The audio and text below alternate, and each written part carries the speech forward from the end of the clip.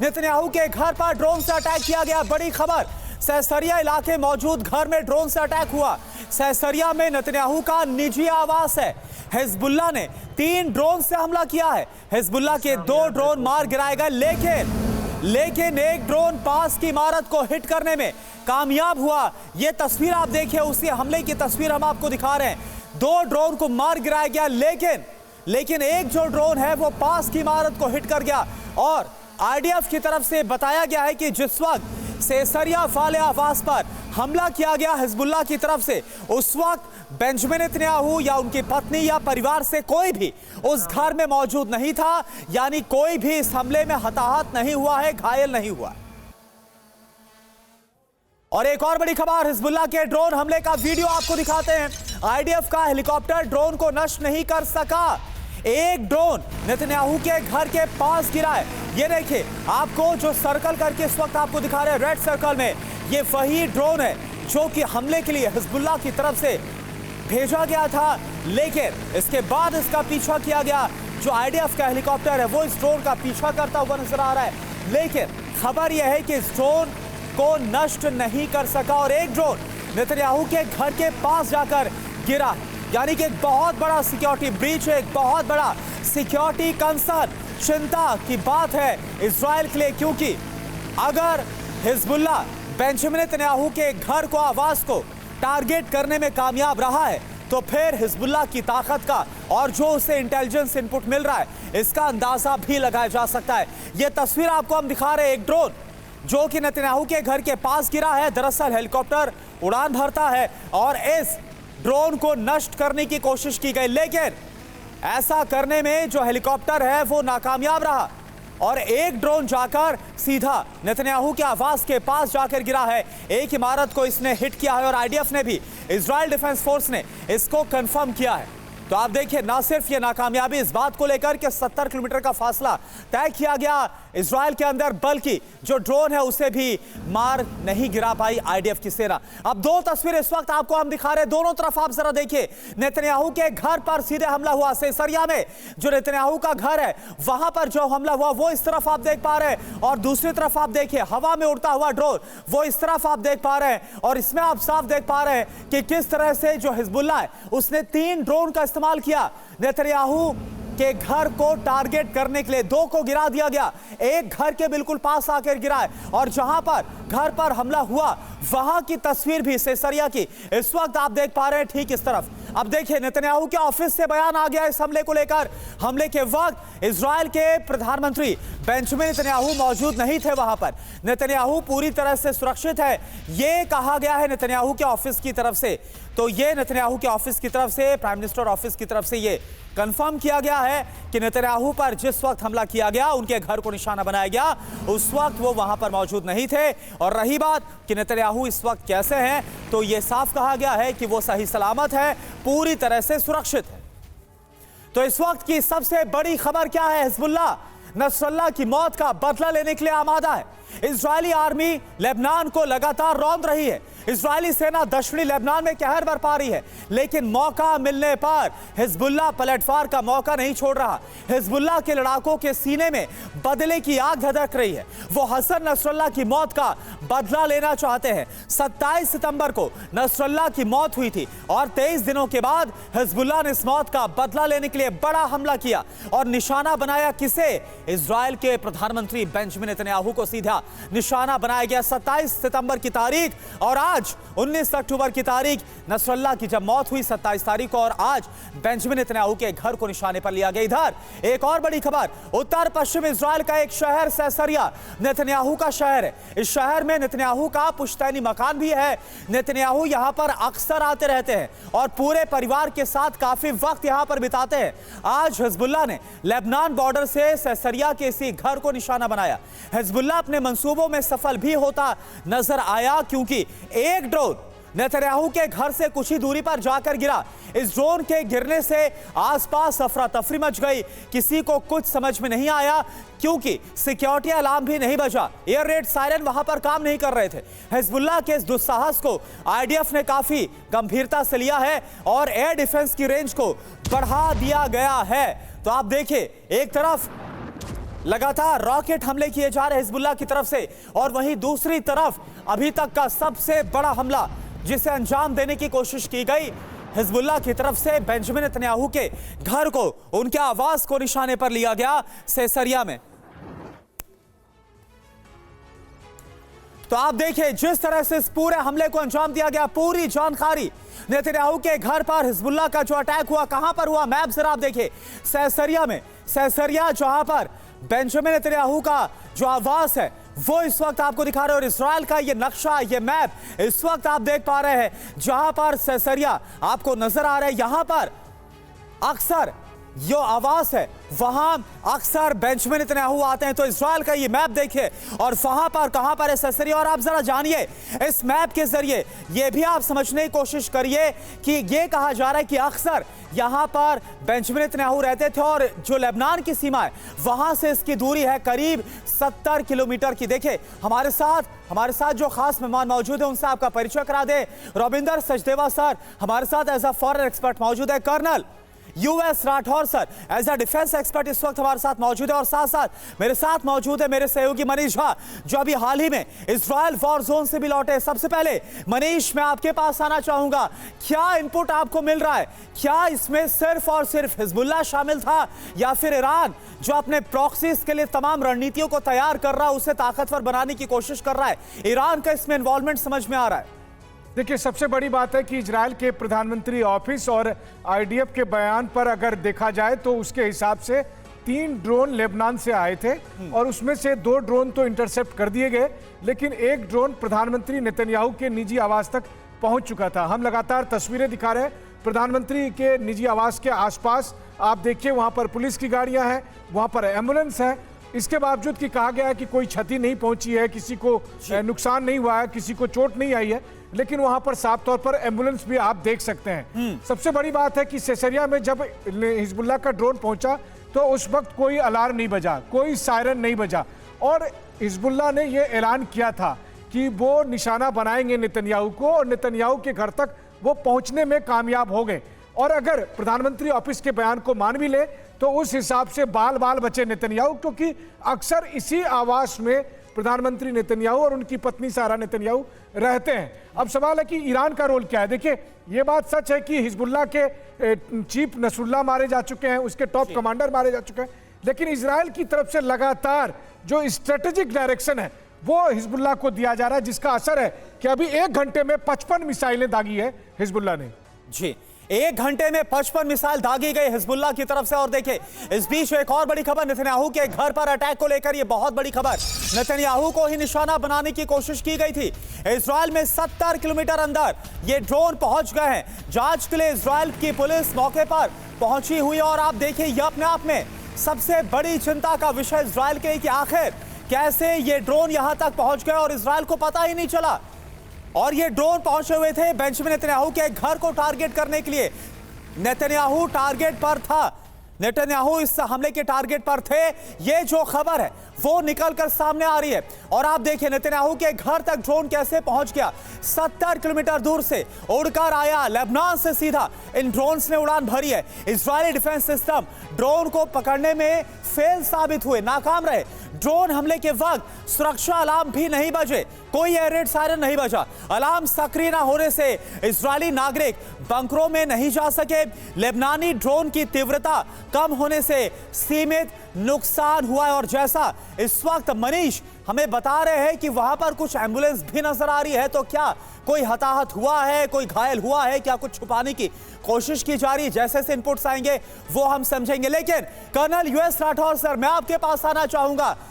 एक हमला किया गया था बीते साल 7 अक्टूबर को, और इसके बाद हमास का क्या हश्र हुआ। अभी हाल ही में याहिया सिनवार का भी खात्मा कर दिया गया, और अब उसके बाद ऐसा लग रहा है कि हिजबुल्लाह ने अब तक की सबसे बड़ी गलती की है। आप अंजाम क्या देख पा रहे हैं इस हमले का?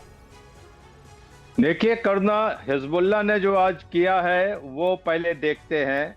पहली बात है कैसरिया का लोकेशन, जो आपने मैप दिखाया।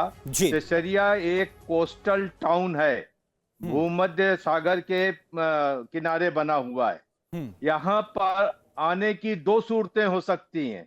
अभी तक इजराइल को यही पता था कि सदर्न लेबनान से जो रॉकेट दागे जाते हैं वो इजराइल में गिरते हैं, उनके सारे एयर डिफेंस सिस्टम जो है उत्तर की तरफ मुंह करके रखते हैं। ये लगता है ये ड्रोन थोड़ा ज्यादा सोफिस्टिकेटेड था, इसमें इनर्शियल नेविगेशन सिस्टम या जीपीएस सिस्टम है और ये समुद्र के रास्ते से आया है, समुद्र की तरफ से आया है। जैसे आप कह रहे हैं कुल 70 किलोमीटर की दूरी है, तो अगर उसे जिगजैग कोई रूट दिया जाएगा तो समुद्र से आया है, इसलिए उसने इजरायली एयर डिफेंस को डिफीट किया है। दूसरी चीज हो सकती है कि इजरायली एयर डिफेंस को सारी हाई ट्रेजेक्टरी के रॉकेट्स या ड्रोन्स को डील करने की आदत पड़ी हुई है। हो सकता है ये लो ट्रेजेक्टरी से आया है, इसलिए ये इस बार इजरायली एयर डिफेंस को और आईडीएफ को सबक सिखा गया कि हम अंदर आ सकते हैं। इस तरीके से उसने एयर डिफेंस को डिफीट किया है। बात रही कि अब इससे हिजबुल्लाह ने एक और अपने लिए मुसीबत मोल ले ली है या इजराइल को भड़का दिया है। इजराइल के साथ वो तो चल ही रहा है और इजराइल इससे नरम नहीं पड़ेगा, वाकई और उग्र रूप लेगा। लेकिन ड्रोन टेक्नोलॉजी बहुत फास्ट चेंजिंग टेक्नोलॉजी है और इसमें ईरान का पूरा हाथ है, क्योंकि ये एक सोफिस्टिकेटेड ड्रोन था जो था जीपीएस बिल्कुल। और यूएस राठौर सर, जो काम रॉकेट और मिसाइल नहीं कर पा रहे क्योंकि सभी को मार गिराया जा रहा है इजराइल की तरफ से, वो काम कहीं ना कहीं जो ड्रोन है वो करते हुए नजर भी आ रहे हैं। इस बीच एक और बड़ी खबर, नेतन्याहू के घर पर हमले पर आईडीएफ का बयान आया है। नेतन्याहू के घर से ही टकराया है ड्रोन। जो कहा जा रहा था कि घर के पास किसी इमारत से टकराया, लेकिन आईडीएफ ये कंफर्म कर रहा है कि नेतन्याहू के घर से ही टकराया है ड्रोन। ये बड़ी खबर आप देखिए, परिवार से कोई भी घर पर मौजूद नहीं था, हमले में कोई घायल नहीं हुआ है। ये आप देखिए, यानी कि अगर घर पे कोई होता तो आप समझ सकते थे कि क्या हो सकता था, आप इसका अंदाजा लगा सकते। लेकिन गनीमत यह रही कि उस वक्त कोई भी घर पर मौजूद नहीं था, ना ही बेंजामिन नेतन्याहू वहां पर मौजूद थे और ना ही बेंजामिन नेतन्याहू के परिवार से कोई भी घर पर मौजूद था। यह आईडीएफ की तरफ से कंफर्म किया गया और बिल्कुल ठीक है नेतन्याहू, ये बताया गया है अपडेट के तौर पर। तो निशाने पर नेतन्याहू थे, घर तक पहुंच गया हिजबुल्लाह। पूरी खबर आप जानिए। इजराइल के सेसरिया इलाके में बड़ा ड्रोन हमला होता है, लेबनान सीमा पार करके कुछ ड्रोन पहुंच जाते हैं, 3 की संख्या बताई जा रही है। सेसरिया में पीएम बेंजामिन नेतन्याहू का पुश्तैनी घर है, नेतन्याहू के घर के पास ही जाकर ड्रोन गिरा है और आईडीएफ की तरफ से अभी यह कंफर्म किया गया है कि घर को जाकर इसने हिट भी किया है। नेतन्याहू ज्यादातर वक्त सेसरिया वाले घर में ही रहा करते थे और शायद यही वजह है कि यह इनपुट हिजबुल्लाह के पास था और उसने सीधे इसी घर को टारगेट पर लिया। हमले के वक्त इलाके में कोई अलार्म नहीं बजा। इजरायली सेना ने कहा है 2 ड्रोन इंटरसेप्ट किए गए हैं। यह कितनी बड़ी चिंता का विषय है रविंदर सचदेवा सर इजराइल के लिए, क्योंकि ना सिर्फ ये एक सिक्योरिटी ब्रीच है बल्कि कहां पर कमजोर साबित हो रहा है इजराइल ये पता चल रहा है। 1 अक्टूबर को ईरान ने मिसाइलों से हमला किया और दावा था कि 90% जो मिसाइलें वो हिट कर गई इजराइल में, और आज ये ड्रोन हमला। डेफिनेटली यस, आई मीन ये बहुत बड़ी चिंता और वरी का मामला है इजराइल के लिए, विदाउट डाउट 100%। देखिए हिजबुल्लाह तो टारगेट करेगा ही, खास करके वो टारगेट करेगा हाई विजिबल टारगेट्स को, राइट। कहीं जहां पर अगर उसका अटैक कोई सक्सेसफुल हो जाता है तो उसका 2 मायने फायदे निकलते हैं। एक तो जिसको वो मारना चाह रहा है उसको वो मार देता है, मार देगा। दूसरा, जहां वो मारेगा, जिसको वो मारेगा, अगर वो हाई प्रोफाइल होगा तो वो खबर सुर्खियों में आएगी, उसके अपने फाइटर्स का मोराल बढ़ेगा और जो ओपोनेंट है यानी कि इस केस में इजराइल, उनका मोराल डाउन होगा। तो ये एक प्रोपेगेंडा विक्ट्री हो जाती है ऐसे हाई प्रोफाइल टारगेट को एम करना। बट यस, ये सरप्राइजिंग है कि ये ड्रोन करीब 60-70 किलोमीटर इजरायली टेरिटरी में आ गया। वैसे भी बाय द वे देखिए, वही बात है जो आप अभी कह रहे थे कि ये जो एयर डिफेंस सिस्टम्स हैं इनकी 100% एक्यूरेसी, इफेक्टिवनेस तो नहीं है ना, तो कुछ परसेंटेज तो है जो निकल आएंगे, पर वो तब निकलते अगर काफी 100 ड्रोन मारे गए एक साथ, तो मानिए उसमें से 5 आ गए। पर ये तो बताया जा रहा है कि केवल 3 ही ड्रोन थे और तीनों के तीनों पहुंच गए, या 2 को मार दिया, 1 निकल गया, राइट। और रविंदर सर एक और बात आपसे ये समझना चाहूंगा कि हसन नसरुल्लाह और इसके बाद याहिया सिनवार की अभी जो मौत हुई है आईडीएफ के हमले में, इसके बाद तो ये मच एक्सपेक्टेड था कि कोई ना कोई बड़ा कदम हमास या फिर हिजबुल्लाह की तरफ से उठाया जाएगा, और फिर भी इतना बड़ा सिक्योरिटी ब्रीच हो जाना, ये कैसे आपको पॉसिबल नजर आ रहा है? देखिए, बड़ी सिक्योरिटी ब्रीच की बात करें तो आप अक्टूबर 7 2023 भूल गए क्या? हम सबसे बड़ी तो सिक्योरिटी ब्रीच जो इसराइल की हुई वो गाजा अटैक पे ही हुई। जूते चप्पल पहन के, पजामे कुर्ते में, मोटरसाइकिल से आकर के क्या इन्होंने बेरहमी से हाल कर दिया। तो सबसे बड़ा सिक्योरिटी ब्रीच तो वो हुआ इसराइल का।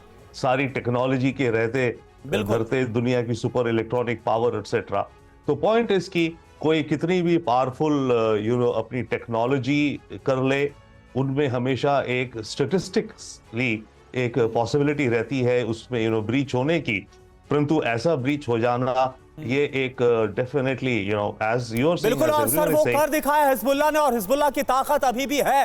ये हिजबुल्लाह ने एक तरह से मैसेज भी दिया। एक और बड़ी खबर का रुख कर रहे हैं। उत्तरी इजराइल पर हिजबुल्लाह के हमले, रॉकेट से किए गए हमले, हाइफा के रियाद को निशाना बनाया गया। किसी के हताहत होने की खबर नहीं है। तो एक तरफ आप देखें इजराइल के प्रधानमंत्री के आवास को निशाने पर लिया गया, जो उनका पुश्तैनी आवास है, और दूसरी तरफ उत्तरी इजराइल में किस तरह से हाइफा, किरियात, ये वो इलाके हैं जहां की तस्वीरें देखिए सामने आ रही है। एक साथ कई रॉकेट दागे गए हिजबुल्लाह की तरफ से। अपनी ताकत दिखाने की हिजबुल्लाह कोशिश कर रहा है कि भले उसकी टॉप लीडरशिप का खात्मा कर दिया गया हो, लेकिन उसका हौसला अभी भी बना हुआ है। एक और बड़ी खबर, इजराइल की राजधानी तेल अवीव में हाई अलर्ट है। तेल अवीव, जिसे आर्थिक राजधानी के तौर पर जाना जाता है इजराइल की, वहां पर इस वक्त वॉर सायरन बजते हुए सुनाई दे रहे हैं। तो तेल अवीव की बात करें तो तेल अवीव में इस वक्त जो वॉर सायरन है वो बजते हुए नजर आ रहे हैं। और मनीष इस वक्त हमारे साथ मौजूद है। मनीष, इस वक्त अब इजराइल पर कितना बड़ा खतरा है जो हिजबुल्लाह ने इस हमले के साथ ही बता दिया? बिल्कुल, देखिए जैसा कि मैंने आपको कहा कि 1 घंटे के भीतर 55 रॉकेट और मिसाइल से हमला किया गया है। लेकिन पिछले 12 घंटे में देखें तो 12 घंटे के दरमियान कई 100 रॉकेट और मिसाइल और इसके अलावा कई ड्रोन से हमला किया गया, जिसकी वजह से सेंट्रल इजराइल में तेल अवीव से लेकर हाइफा तक कई अहम ठिकाने को टारगेट करते हुए हिजबुल्लाह की तरफ से हमले किए गए। और लगातार नॉर्थ इजराइल ही नहीं बल्कि सेंट्रल इजराइल में भी लगातार एयर सायरन बज रहे हैं। आज की सुबह लगातार इजराइल में, चाहे वो सेंट्रल इजराइल हो या नॉर्थ इजराइल हो, उन पर काफ़ी भारी रही है, क्योंकि बहुत से हिजबुल्लाह के रॉकेट उन्हें जानबूझकर आयरन डोम ने इंटरसेप्ट नहीं किया, क्योंकि हो ये रहा है कि लगातार रॉकेट से हमले हो रहे हैं और आयरन डोम भी अब एग्जॉस्ट हो गया है। आयरन डोम भी सिर्फ उन्हीं रॉकेट को इंटरसेप्ट करने की कोशिश कर रहा है जो रॉकेट सीधे सीधे किसी महत्वपूर्ण मिलिट्री एसेट्स या किसी ऐसे ठिकाने पर आ रहे हैं। बहुत सारे ऐसे वीडियो आ रहे हैं हाइफा के आसपास के, जहां पर हिजबुल्लाह के रॉकेट हिट कर रहे हैं, किसी बिल्डिंग को हिट कर रहे हैं, किसी प्रॉपर्टी को नुकसान पहुंचा रहे हैं, कहीं पर आग लग गई है।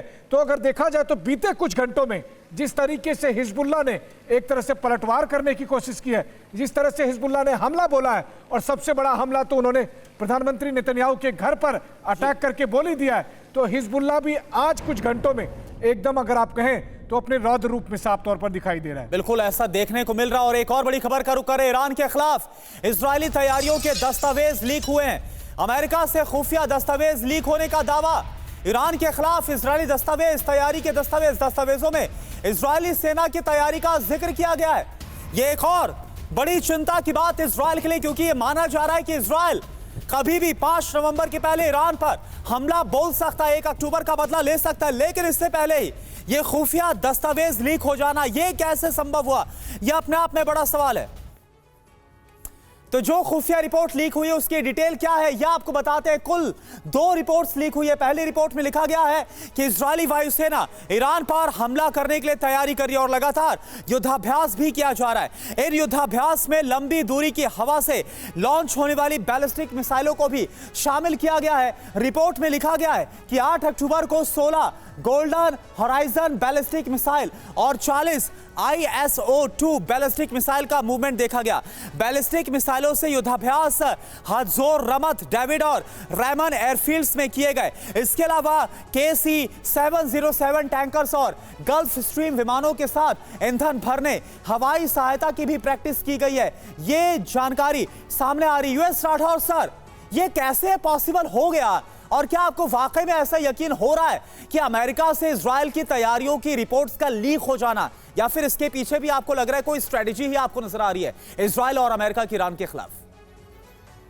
देखिए करुणा, ये एक बहुत प्रैक्टिस है कि आप इस तरीके की सिलेक्टिव लीक करके दुश्मन को बिल्कुल। चकमा देते हैं। ईरान को ये मैसेज दिया जा रहा है कि 5 नवंबर से पहले आप पर अटैक होगा। ईरान अपने टेंटर हुक्स पे रहेगा। जी। आज तक अगर ये दस्तावेज लीक हो गए हैं तो ये मान के चलिए कि 5 नवंबर तक अटैक नहीं होगा। और अगर उस दौरान उन्हें इंटेलिजेंस खुफिया एजेंसी से पता चलता है कि ईरान सुस्त पड़ गया है, उसने अपना गार्ड डाउन कर दिया है, तो हो सकता है अटैक भी हो जाए। ये दूसरे कमांडर्स एक दूसरे के माइंड को रीड करने की कोशिश कर रहे हैं। तो ये एक गेम चल रहा है, माइंड गेम चल रहा है ईरान, इजराइल और अमेरिका के बीच में। देखिए क्या होता है। ठीक है, यानी कि इसमें भी आपको लग रहा है कि कोई बहुत बड़ी स्ट्रेटजी, कोई बहुत बड़ा गेम प्लान है जो कि अमेरिका और इजराइल का हो सकता है ईरान के खिलाफ। एक और बड़ी खबर का हम रुख कर रहे हैं। हमास चीफ याहिया सिनवार से जुड़ी ये बड़ी खबर है। राफा से भागने की फिराक में था सिनवार की 1 महीने से घेराबंदी कर रखी थी। सिनवार पर आईडीएफ ने दावा किया है, जिसे अभी हाल ही में मार गिराया गया है। अगर बात करें याहिया सिनवार, जो कि इस्माइल हानिया के बाद हमास की कमान संभाल रहा था, कैसे उसको मारा गया। सिनवार की लगातार निगरानी 1 महीने से की जा रही थी, उसकी घेराबंदी 1 महीने से की गई थी, लेकिन आखिरकार उसको टारगेट करके मार दिया गया। तो कैसे मारा गया सिनवार, यह आप जानिए। याहिया सिनवार राफा में एक बिल्डिंग में छिपा हुआ था। 1 महीने से आईडीएफ की तरफ से घेराबंदी की गई थी। राफा से उत्तर की तरफ भागना चाहता था, यानी कि उत्तरी गाजा की तरफ भागना चाहता था याहिया सिनवार। इजरायली खुफिया एजेंसी शैटेर 13 की नजर लगातार सिनवार पर बनी हुई थी। बिल्डिंग पर हवाई हमले में याहिया सिनवार की मौत हो गई, ये जानकारी सामने आई। और इस दौरान का हमने फुटेज भी आपको दिखाया था, कैसे ड्रोन के जरिए कंफर्म भी किया गया था कि क्या जो बिल्डिंग के अंदर मौजूद है वो याहिया सिनवार है या नहीं। एक और बड़ी खबर, याहिया सिनवार की मौत के बाद न्यूयॉर्क टाइम्स का बड़ा दावा, याहिया की मौत के बाद भी हमास लड़ता रहेगा। हमास के लड़ाके खामोश नहीं बैठेंगे, हमास के लड़ाकों का युद्ध जारी रहेगा। ये न्यूयॉर्क टाइम्स के हवाले से बड़ी जानकारी मिल रही, क्योंकि यह सवाल था कि क्या अब याहिया सिनवार के खात्मे के साथ हमास शांत बैठ जाएगा या फिर वो इजराइल के खिलाफ एक नई रणनीति के साथ हमले को अंजाम देगा। तो सिनवार का खात्मा, क्या हमास टूट जाएगा, यह अपने आप में बड़ा सवाल है, क्योंकि संकेत ऐसे मिल नहीं रहे। सिनवार की मौत के बाद भी पीछे नहीं हटेगा हमास। हमास की लड़ाई में याहिया सिनवार की खास भूमिका थी। हमास के लड़ाके कई इकाइयों में बटे हैं, फिलिस्तीनी एक्सपर्ट की तरफ से बताया गया है। हमास की हर इकाई के पास स्वतंत्र शक्ति है, यह भी फिलिस्तीनी एक्सपर्ट की तरफ से दावा है। और यह सब कुछ न्यूयॉर्क टाइम्स के हवाले से जानकारी सामने आ रही है। याहिया सिनवार पर हमले का वीडियो भी सामने आया है, वो आपको दिखाते हैं। आईडीएफ ने बिल्डिंग पर किया था हमला, इसी बिल्डिंग में छिपा हुआ था सिनवार, याहिया सिनवार। ये देखिए आप किस तरह से उस पर हवाई हमला किया जाता है। पहले उसको ट्रैक किया जाता है, कंफर्म किया जाता है कि क्या इस बिल्डिंग के अंदर मौजूद जो शख्स है वो याहिया सिनवार है या फिर नहीं। और जैसे एक बार कंफर्मेशन मिलती है, इसके बाद ये देखिए कैसे बम बरसा दिए जाते उस इमारत के ऊपर और फिर याहिया सिनवार मारा जाता है। आईडीएफ के हवाई हमले में सिनवार की मौत हुई थी और कैसे यह एग्जीक्यूट किया गया था वो आप देखिए और सुनिए।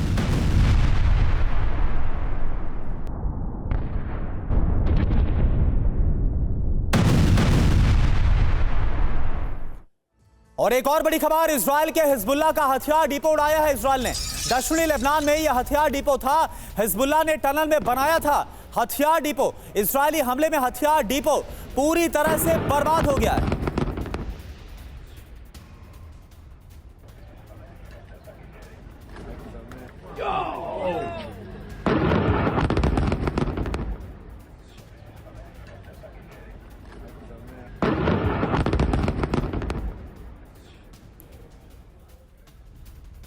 और एक और बड़ी खबर, ईरान ने इजराइल को दिखाई है ताकत, कहा है कि अगले फेज के युद्ध के लिए तैयार रहें, हमारी क्षमता को आप नहीं जानते। ईरान की तरफ से कहा गया टनल में रखे विमान और हथियार दिखाए गए हैं बाकायदा। तो एक बड़ा मैसेज भी दिया गया है, जिसे एक साइको वॉर से भी जोड़कर देखा जाता है, जहां पर सामने वाले पर एक दबाव बनाने की रणनीति के तहत भी यह सब कुछ समझा जा सकता है कि कैसे ईरान ने भी अपने हथियार गोदाम, वो टनल्स दिखाई है जहां पर ईरान ने अपने विमान और हथियारों को रेडी टू अटैक मोड पे रखा हुआ है।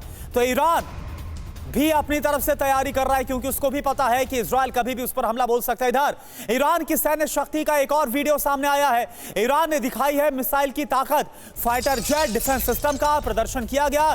गॉड इज इन बैटलफील्ड, ये ईरान की तरफ से कहा गया है। यानी ईरान को भी पता है कि हमला होकर रहेगा, आज नहीं तो कल इजराइल बदला जरूर लेगा। और एक और बड़ी खबर, इजराइल ईरान तनाव पर जो बाइडेन का भी बड़ा बयान आ गया है। हम जानते हैं कि इजराइल ईरान में कहां पर कैसे हमला करेगा। जो बाइडेन अमेरिकी प्रेसिडेंट की तरफ से बताया गया। जो बाइडेन ने ज्यादा जानकारी देने से हालांकि इंकार किया है। तो कुछ पत्रकारों के सवालों पर क्या कहा, यह सुनिए आप। ईरान के खिलाफ जंग में अमेरिका साथ खड़ा हुआ है, यह बताया गया है। बाइडेन के बयान के साथ ही यह भी पुष्ट हो गया है कि हमला होकर रहेगा। और बाइडेन ने क्या कहा कि पता है हमला कब और कैसे होगा। कैसे माना है अमेरिका, क्योंकि पहले अमेरिका कहीं ना कहीं आनाकानी कर रहा था। अमेरिका ने कहा था कि एटमी साइट पर हमला ना करे इजराइल, ईरान के तेल डिपो पर भी हमला ना हो, दोनों जगह पर हमला ना करने के लिए यह खबर सामने आ रही कि बेंजामिन नेतन्याहू अब राजी हो गए हैं। कहां कहां पर फिर हमले होंगे, ईरानी सेना पर हमला किया जाएगा, हथियार डिपो टारगेट पर रहेंगे। इसके अलावा ईरानी एयरबेस, IRGC के ठिकानों पर हमला होगा अगर इजराइल हमला करता है। बड़ी बात क्या है, इजराइल के मुताबिक शुरुआत में सीमित हमले होंगे और उसके बाद हमलों का और भी विस्तार किया जा सकता है। यानी यह बात अब कंफर्म है, यह बात अब कंफर्म है कि हमला होकर रहेगा। और सवाल यह रविंदर सर कि हमला होकर रहेगा, यह तो पता चल गया जो बाइडेन के इस बयान से, और क्योंकि अमेरिका भी साथ में खड़ा है इजराइल के। लेकिन सवाल यह है कि क्या यह हमला 5 नवंबर जो अमेरिका में प्रेसिडेंट इलेक्शन की तारीख है उससे पहले होगा, उसके बाद होगा, कब होगा, क्या आपको लग रहा है? बहुत बड़ा क्वेश्चन है ये, कह नहीं सकते। शायद दोनों चीजें हो भी सकता है। और नेतन्याहू ये हमला 5 नवंबर से पहले इसलिए कर सकता है कि वो हमला करेगा। बाइडेन की फॉरेन पॉलिसी वैसी कमजोर दिख रही है, बाइडेन और हैरिस की। तो ये माना जाएगा अमेरिकन इलेक्शन से पहले कि बाइडेन और हैरिस की फॉरेन पॉलिसी मिडिल ईस्ट में फेल हो रही है। उसका फायदा किसको होगा? ट्रंप को होगा जी। और अगर ट्रंप को फायदा होगा और ट्रंप में सत्ता में आया तो फायदा किसको होगा? नेतन्याहू को होगा। तो उस लॉजिक से अगर अपन जाएं तो नेतन्याहू 5 नवंबर से पहले अटैक कर सकता है ईरान पे, चाहे बड़ा ना करे, चाहे कुछ सीमित करे, जैसे अभी बात हो रही है शायद, बट कोई ना कोई वो अटैक कर सकता है, जिससे कि बाइडेन और हैरिस की अपने देश के अंदर फॉरेन पॉलिसी की साख और गिरे, ट्रंप को फायदा हो और ट्रंप जीते। क्योंकि बाद में ट्रंप आया तो नेतन्याहू क्लियरली फायदा है। अगर हैरिस आ गई तो नेतन्याहू के लिए शायद काफी एक अलग मैट्रिक्स, एक अलग कैलकुलस हो जाएगी जो इजराइल जिस तरह से चल रहा है। और अभी अमेरिकन इलेक्शंस के चलते एक बड़ी अजीबोगरीब सिचुएशन हो रही है। आप देखें तो ये भी लगता है कि अमेरिका का है America super power, no doubt, without doubt, कोई शक नहीं है। बट अमेरिका का इंफ्लुएंस क्या कम हो रहा है? अमेरिका इजराइल को बोलता है ये मत करो, इजराइल मानता नहीं है। अमेरिका बोलता है सीज फायर कर लो लेबनान में, मानता नहीं है। गाजा में भी इन्होंने कल चिट्ठी लिखी है यूएसए की, गाजा में ह्यूमैनिटेरियन एड और अलाउ करो, इजराइल मानता नहीं है। तो ये एक तरह से अमेरिका की क्रेडिबिलिटी का भी नुकसान हो रहा है दुनिया की स्टेज पे, कि अमेरिका अब शायद उस सिचुएशन में नहीं है। हालांकि इजराइल अमेरिका के रिश्ते बहुत ही कॉम्प्लिकेटेड, बहुत अजीब, अलग है, right? But still at the same time अगर सुपर पावर कह रहा है कि आप ह्यूमैनिटेरियन एड दो और वो देश मान नहीं रहा है, चाहे जितना भी जो भी कारण हो वो नहीं दे रहा है, तो इससे बाइडेन की और अमेरिका की क्रेडिबिलिटी पे डेफिनेटली थोड़ी डाइल्यूट होती है। ठीक है, और यही वजह है कि अमेरिका भी तैयार है ईरान के ऊपर हमले को लेकर। अब सवाल यही है कि आखिर यह हमला कब होगा, कौन सी तारीख, कौन सा वो वक्त होगा। इस बीच आप सभी हमारे साथ बने रहिए क्योंकि एक बड़ी खबर आ रही है। आज 20 फ्लाइट्स में बम की धमकी मिली है। जी हां, यह देश से जुड़ी बहुत बड़ी खबर है। विस्तारा, आकाशा की 5 फ्लाइट्स को बम की धमकी दी गई है। इसके अलावा इंडिगो और एयर इंडिया की भी 5 फ्लाइट्स इसमें शामिल है जिन्हें बम की धमकी मिली है। जांच में जुटी है सुरक्षा एजेंसियां। तो अब ये धमकी कितनी सीरियस है ये अपने आप में जांच का विषय है, लेकिन ये खबर इसलिए बड़ी क्योंकि आज एक साथ 20 फ्लाइट्स में बम की धमकी मिली है। विस्तारा, आकाशा की 5 फ्लाइट को बम की धमकी मिली। इसके अलावा इंडिगो और एयर इंडिया की भी 5 फ्लाइट को बम की धमकी मिली है। जितेंद्र इस वक्त हमारे साथ जुड़े। जितेंद्र, अभी हाल ही में हमने देखा था मुंबई की भी एक फ्लाइट थी उसने टेक ऑफ करने के बाद फिर दिल्ली में इमरजेंसी लैंडिंग करवाई गई क्योंकि बम की धमकी मिली। आज की जो धमकी कितनी सीरियस है, कहां से आई है, क्या जानकारी? जी बिल्कुल, देखिए जैसे ये 20 फ्लाइट को धमकी आई, इसके तुरंत बाद जो टाइमिंग था फ्लाइट्स का उसको रिशफल किया गया। इसके अलावा बताया जा रहा है 5 फ्लाइट अकाशा की है, विस्तारा की है 5, इसके अलावा एयर इंडिया की 5 फ्लाइट है, इंडिगो की 5 फ्लाइट है। तो इस तरीके से कुल मिलाकर आज भी 20 फ्लाइट्स को धमकी दी गई और ये धमकियां हैं दरअसल ईमेल के जरिए दी जा रही हैं। अच्छा। जिनको ट्रैक करने की भारतीय जांच एजेंसियां लगातार कोशिश कर रही हैं। अभी पिछले हफ्ते ही जिस तरीके से धमकियां एयरलाइंस को मिल रही थी उसको लेकर 7 मुकदमे दर्ज किए गए थे अलग अलग दिल्ली पुलिस की साइबर सेल के द्वारा। लगातार कौन लोग हैं, कौन ये धमकियां दे रहे हैं, क्या किसी की शरारत है या फिर इसके पीछे कोई बड़ी साजिश है, इस एंगल से दिल्ली पुलिस की साइबर सेल मामले की तफ्तीश को आगे बढ़ा रही है। जी तो जो साइबर सेल है वो तफ्तीश को आगे बढ़ा रही है, लेकिन क्या ये जो फ्लाइट्स हैं जिन्हें धमकी दी है, चाहे वो आकाशा हो या फिर एयर इंडिया हो, क्या इनकी तरफ से भी कोई ऑफिशियल बयान आया है? क्योंकि जो आप बता रहे हैं कि इससे फ्लाइट्स डिले भी हुई है, यात्रियों को परेशानी भी हुई है, तो इसको लेकर कोई जानकारी, कोई इंफॉर्मेशन उनकी तरफ से रखी गई हो? जी बिल्कुल, देखिए फ्लाइट्स की तरफ से अभी तक कोई जानकारी नहीं दी गई है, लेकिन इतना जरूर है जैसे ये धमकियां मिली उसके तुरंत बाद एहतियात बरतते हुए फ्लाइट्स को चेक किया गया पूरे तरीके से, उनकी सघन तलाशी ली गई और उसके बाद ही उन्हें टेक ऑफ करने की इजाजत दी गई। हालांकि आज इतनी ज्यादा दिक्कतें नहीं सामने आई क्योंकि जिस वक्त ये धमकियां आई उस दौरान जो फ्लाइट का टाइमिंग था वो कुछ देर बाद का था। तो ऐसे में जांच एजेंसियों को सुरक्षा के मद्देनजर यानी कि प्रोटोकॉल के तहत तफ्तीश करने में या फिर सघन जांच करने के लिए पर्याप्त समय मिला। लेकिन इतना जरूर है कि यात्रियों को परेशानी जरूर हुई क्योंकि जो टाइमिंग थी फ्लाइट्स की उनको रिशफल किया गया। जी ठीक है, बिल्कुल जितेंद्र, अभी के लिए आपका बहुत बहुत शुक्रिया इस पूरी जानकारी के लिए। तो अमेरिका के राष्ट्रपति चुनाव में अब 17 दिन का वक्त रह गया है। टीवी9 भारतवर्ष पर अमेरिकी राष्ट्रपति चुनाव पर सबसे बड़ी खबरें जारी है। अमेरिकी चुनाव से जुड़ी एक एक अपडेट आपको सबसे पहले हम बताते हैं, चाहे वो खबर डोनाल्ड ट्रंप की हो या फिर कमला हैरिस की। टीवी9 की नजर हर एक खबर पर है और सबसे पहले आपको दिखाते हैं अमेरिकी इलेक्शन की टॉप 9 खबरें क्या है वो इस वक्त आपके सामने। आप देखिए, ओपिनियन पोल में अमेरिकी मीडिया ने कमला हैरिस को दिखाया आगे। न्यूयॉर्क टाइम्स के राष्ट्रीय पोल ट्रैकर के मुताबिक हैरिस को 49% वोट तो वहीं ट्रंप को 47% वोट मिलने की संभावना है। अमेरिका में रिपब्लिकन पार्टी के राष्ट्रपति पद के उम्मीदवार डोनाल्ड ट्रंप ने जज के खिलाफ की टिप्पणी, एक जज को बताया एविल। जज ने ट्रंप के खिलाफ जारी किए थे साक्ष्य। वकील जैक स्मिथ के चुनावी षड्यंत्र मामले में 1800 से ज्यादा पन्नों के जारी किए गए थे साक्ष्य। न्यूयॉर्क में अल स्मिथ चैरिटी डिनर में ट्रंप ने कमला हैरिस की गैर हाजिरी की आलोचना की। कहा, मेरी प्रतिद्वंदी को लगता है कि उन्हें यहां आने की जरूरत नहीं है, लेकिन ऐसा करना कैथोलिक समुदाय के लिए अपमानजनक है। कमला हैरिस ने साधा ट्रंप की उम्र पर निशाना, राष्ट्रपति पद के लिए डोनाल्ड ट्रंप की योग्यता पर सवाल भी उठाए। कुछ लेबनानी अमेरिकियों ने पत्र के जरिए कमला हैरिस का समर्थन किया। लिखा, कमला हैरिस जीती तो अमेरिका से लेबनान को और ज्यादा समर्थन की उम्मीद है। पाकिस्तानी अमेरिकी पब्लिक अफेयर्स कमेटी ने 2024 के राष्ट्रपति चुनाव में पूर्व राष्ट्रपति डोनाल्ड ट्रंप को समर्थन देने का ऐलान कर दिया है। पाकिस्तान से संबंधों को सुधारने की प्रतिबद्धता के वादे पर यह समर्थन का ऐलान। चुनाव से पहले यूरोपीय नेताओं के साथ बैठक में जो बाइडेन की अपील, पश्चिमी सहयोगियों से यूक्रेन की सहायता जारी रखने का आग्रह किया गया। कमला हैरिस और डोनाल्ड ट्रंप के बीच कड़ी टक्कर। अमेरिकी चुनाव सर्वेक्षण में स्विंग स्टेट एरिजोना और जॉर्जिया में ट्रंप को बढ़त है, तो वहीं उत्तरी कैरोलिना और पेंसिल्वेनिया में कमला हैरिस को दिख रही है बढ़त। ओबामा ने स्विंग स्टेट एरिजोना में कमला हैरिस के समर्थन में रैली की है। ट्रंप की योग्यता पर सवाल उठाया। कहा, ट्रंप व्हाइट हाउस में एक और कार्यकाल पूरा करने में सक्षम नहीं।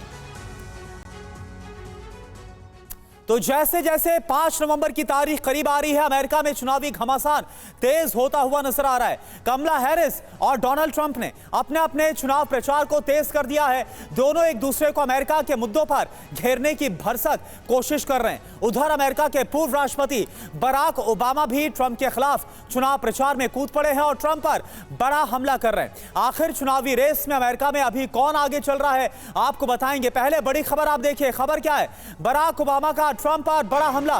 ट्रंप को पता नहीं कि वो आखिर क्या बोलते हैं। यह अमेरिका के पूर्व राष्ट्रपति बराक ओबामा की तरफ से बयान। अमेरिका के लोग उन्हें स्वीकार नहीं करेंगे। बराक ओबामा ने उड़ाया ट्रंप का मजाक भी।